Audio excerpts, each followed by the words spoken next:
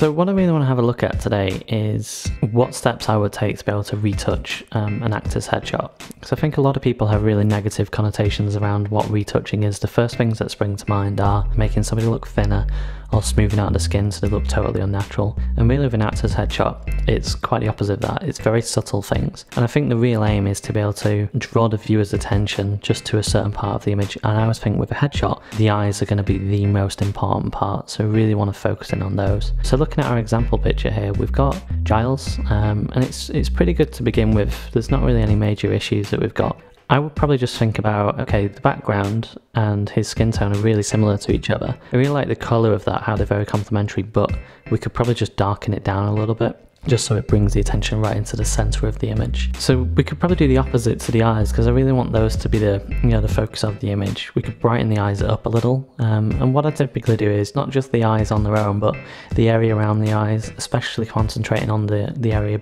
just above them. So we start to remove some of the shadow area from there, just so it really starts to pop and stand out a lot more. I'll just increase the brightness a little bit. I don't want it to be too much so it looks unnatural, just so it stands out a little bit more than what it would do. So I'm pretty happy with the image the way that it looks now. We balanced it out quite well. The next step is typically I'd just do some tweaks in Photoshop, because I always think about the way that we'd normally look at somebody in person. Someone's face is typically always moving around, so we're never going to notice these details that we wouldn't necessarily see in person. So I always think because the camera picks up that a little bit more, I just really want to reduce the impact of those. Not to remove them completely, I still want to keep a lot of definition on the face, so any kind of lines or birthmarks, anything like that, that has to stay, that's really important.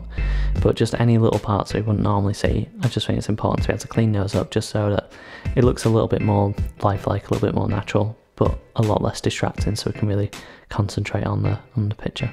So there you can see the before and after. It's very subtle changes that have happened, but it can make a big difference, to the end result of the headshot.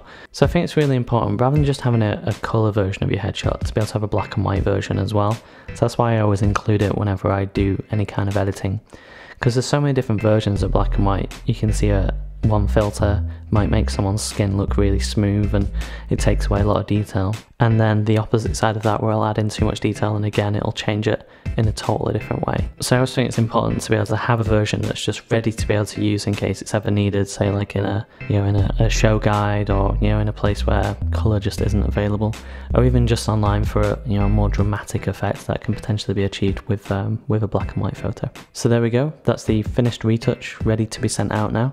So if you've got any questions or comments or wanted to book a headshot session to enhance your portfolio, get in touch, it will be great to work together.